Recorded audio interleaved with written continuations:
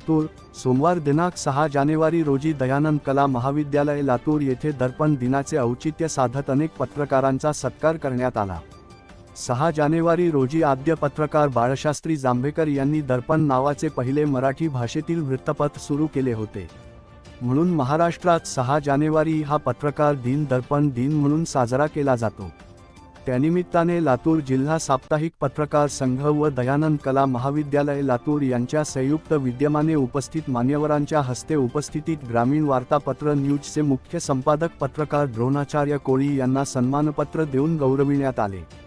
कार्यक्रमाचे उद्घाटन लातूर विभागीय माहिती कार्यालयाचे सहाय्यक संचालक डॉक्टर श्याम तरके यांच्या हस्ते करण्यात आले, तर कार्यक्रमाच्या अध्यक्षस्थानी दयानंद कला महाविद्यालयाचे उपप्राचार्य दिलीप नागरगोजे हे होते, तर प्रमुख पाहुणे म्हणून लातूर जिल्हा माहिती कार्यालयाचे जिल्हा माहिती अधिकारी श्री तानाजी घोळ, उपप्राचार्या डॉक्टर अंजली जोशी, प्रसिद्ध शाहीर प्राध्यापक संदीपान जगदाळे व लातूर जिल्हा साप्ताहिक पत्रकार संघाचे संस्थापक अध्यक्ष रविकिरण सूर्यवंशी मसलगेकर व संस्थापक सचिव दत्तात्रयजी परळकर आदी मान्यवर व पत्रकार बांधवांची उपस्थिती होती।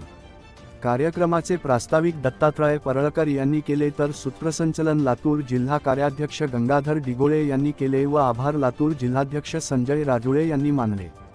कार्यक्रमाच्या यशस्वीतेसाठी लातूर शहराध्यक्ष अमोल घायाळ, संस्थापक उपाध्यक्ष वामन अंकुश, संस्थापक कोषाध्यक्ष राजकुमार गुडाप्पे आदींसह लातूर जिल्हा साप्ताहिक पत्रकार संघाच्या पदाधिकाऱ्यांनी प्रयत्न केले। Subscribe now and press the bell icon. Never miss an update.